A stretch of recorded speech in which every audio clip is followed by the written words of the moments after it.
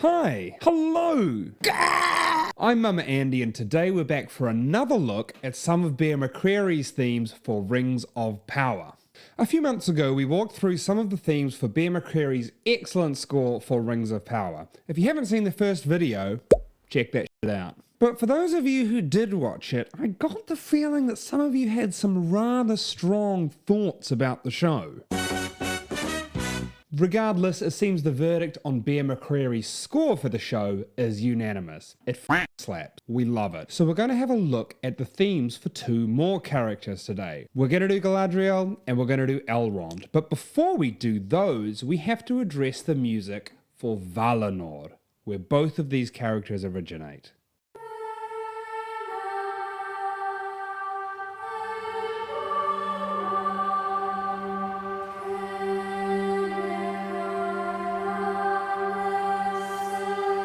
Okay, we've got this beautiful solo voice starting out. It's a monophonic sound, so there's just one voice. There's no harmony, there's no accompaniment, there's no chords that go with it. All we hear is one voice, and it's soaked in reverb. You hear how one note hangs over to the other? So it sounds like someone singing in a church, or a cavern, or a big town hall, or something like that. A monophonic voice with a lot of reverb always puts me in the mind of something really, really old. Some of the earliest written sheet music we have access to is from liturgical songs from the era of King Charlemagne. He wrote the music down so everyone in the kingdom could sing the same thing. It was sung in a church, which would have had a huge amount of reverb in a really big space, and it was always in monophony, no harmony back then. So this makes me think of something sacred, something very old, something we're a little bit out of touch with now. Harmony. So the theme develops as we go.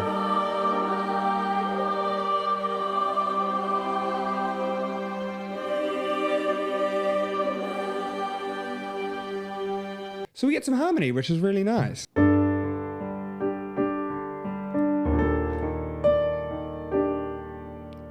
It's probably a great idea to point out that Bear McCreary has released a blog about the making of the music from Rings of Power between these last two videos. It's where I brought the sheet music from for this video. It's really, really awesome, especially if you're a score nerd like me. So we're moving from G with a couple of suspensions to E flat to D flat back to G.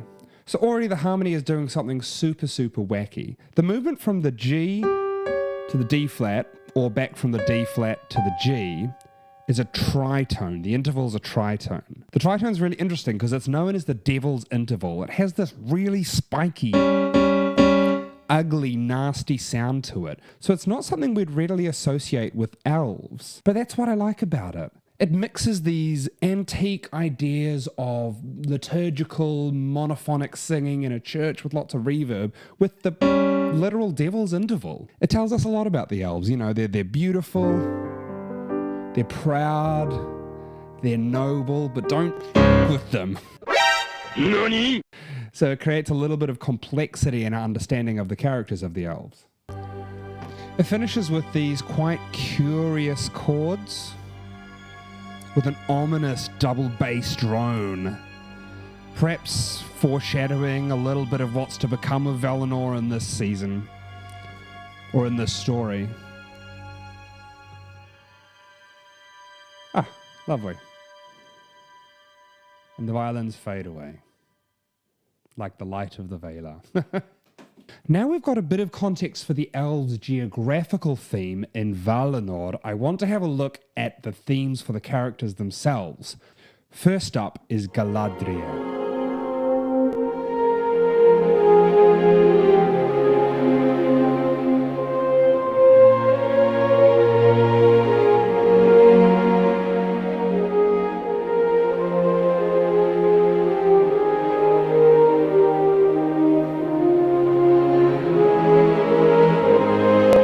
The choice of orchestration here to put the sound on French horn. It's quite a brave kind of battle sounding instrument. When we first hear it in the show in the opening scene though, it's played on solo flute and accompanied by harp.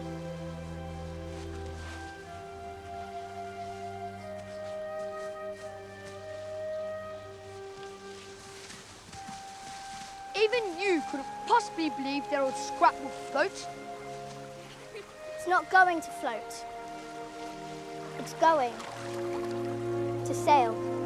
It's a classic way to show us her youthful innocence and ideals. Bear talks about how he returns to this orchestration, the soaring solo flute whispering out the theme throughout the show to remind us that no matter how hard her life gets, how many challenges she faces, she's still that little girl at the bottom of the heart, playing with the paper boat in the river.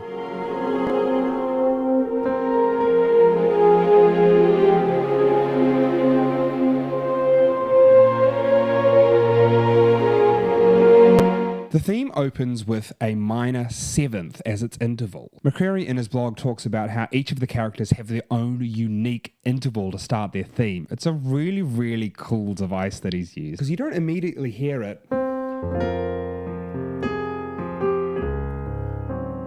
and go, "Hey Bob, that's a minor seventh. I guess that means that she's feeling a little insecure about her life." It's not like you're supposed to pick that out and have a specific reaction to it. But it has this unconscious effect on us, like all music does. So to give each of the characters their specific interval, even though you might not know what's happening, it's starting to condition you to feel a certain way about the character. It's score writing 101 and it's brilliant.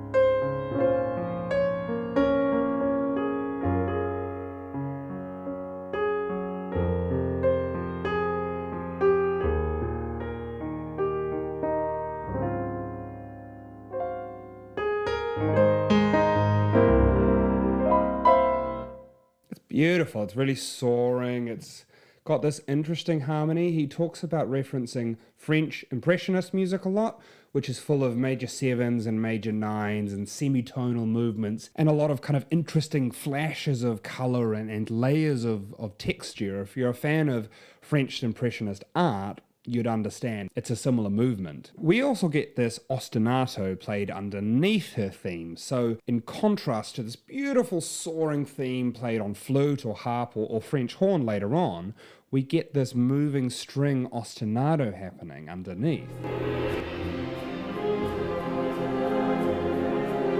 You can hear it underneath the choir there. Ba ba ba ba ba ba ba ba ba.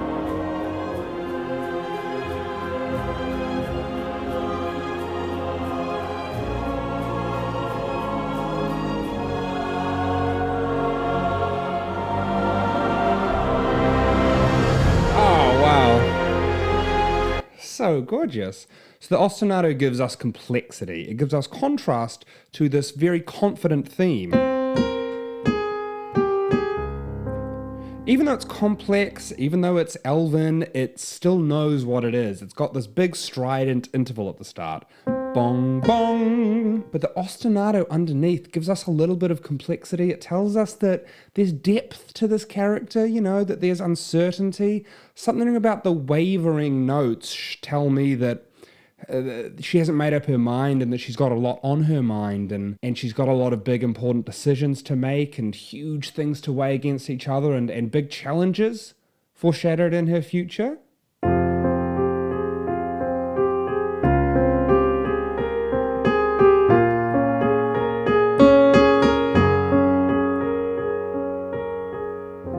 See how it sort of feels like it can't quite make up its mind and it never stays on one note for long. Ba, boo, ba, ba. That's in the space of a single note in her main theme. Bum, bum. In the space of that, bum, ba, ba, ba, bo, ba, ba, ba, bo. So it's giving us a couple of different layers. It's the duality of elves again, that they're old, that they're wise, that they're pretty, but they still face a lot of these problems, these moral decisions. You know, immortality doesn't necessarily mean you have an easy life, it's just a long one.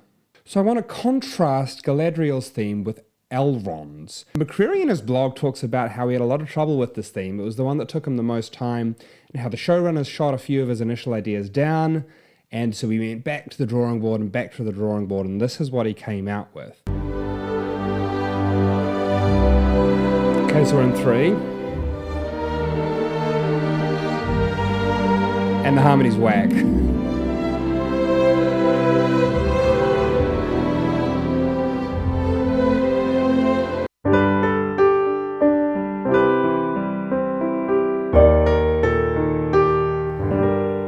Man, 3/4 always makes me think, especially when it's in this sort of moving along waltz time like this, always makes me think of like very stately royal people waltzing around a ballroom or whatever. Ah, shit.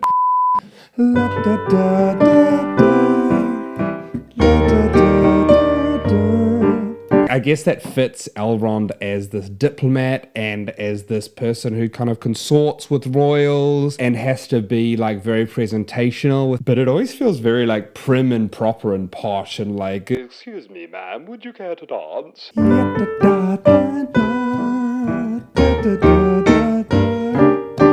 McCreary sticking with his themes of making the elves harmonically complex themes for these characteristically complex beings. It starts off really pretty, really beautiful. It's a G major, and we go 3, 2, 1, 3 blind mice, 3 blind mice, and into the chord 4, C major.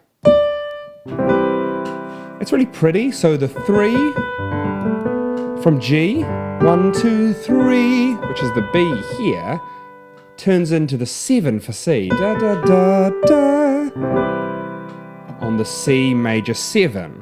Chord 1, chord 4. It's a nice use of a shared tone between the G and the C. That note at the top is there both times and it has a bit of different colour when you change the chord underneath. It's pretty, it's really pretty. But almost immediately, we get an E flat and then a G minor. So there are certain chords which belong with each other. I say that with air quotes, because you're allowed to break the rules. You're supposed to break the rules, and that's what Bear's doing here. So within the key of G, we'd expect to have an E minor, or an A minor, or a B minor, but not a G minor. So it's called a tonic minor, where it's the same chord that we've just heard, but the minor version instead. And it sounds really fucking like, it really throws me, it really makes me feel uneasy to go, pretty, what's happening? And then we end up here, and it kind of makes sense musically. It doesn't sound like anything's gone wrong in the songwriting, but it does like give us pause and make us stop, and it takes me out of this, I'm in the royal court waiting to ask the princess for a dance. You know, diplomacy's probably not like that. It's probably not all f***ing parties and waltzes. It's probably really, really hard, really difficult, really complex. You've got a lot of different things to balance. You got the elves over here, and then Galadriel doesn't want to listen to what the Elf King has to say. Then you got the dwarves over here, and Durin doesn't want to listen to what his dad has to say. And so he's balancing all of these complex interpersonal threads with each other, and it must be a nightmare. So I kind of get why we've got this difficult to navigate chord progression.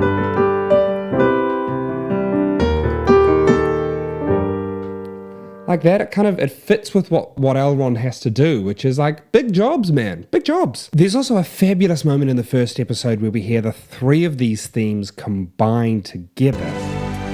So we start with Elrond, ya-da-da-da-da. The ceremony.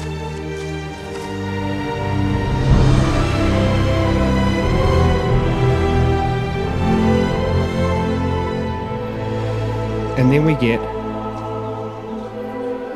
Valinor, you hear it? Galadriel. Did you hear Galadriel's theme in there? The Valinor choir is singing pa pa pa pa pa pa, and we get on the French horn, Galadriel's theme cutting through. Have a listen once more, see if you can catch it. So here's Valinor.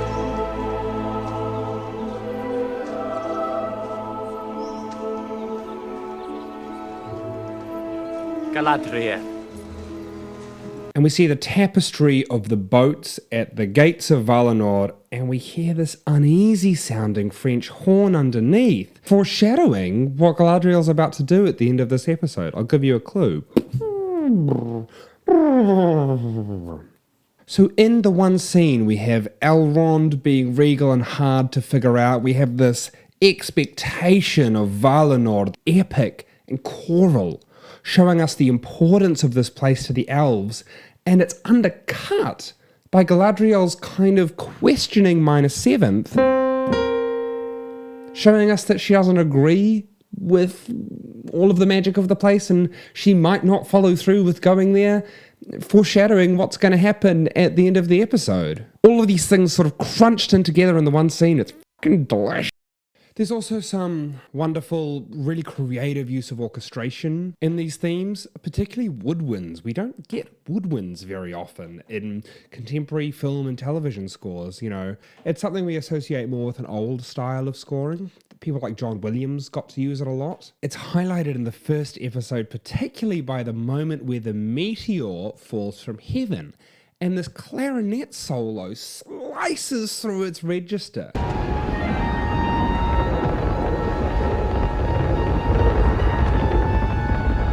McCreary talks about it being referenced to Stravinsky, who's a modernist composer, a really interesting colour that will reflect that character, but more on that later.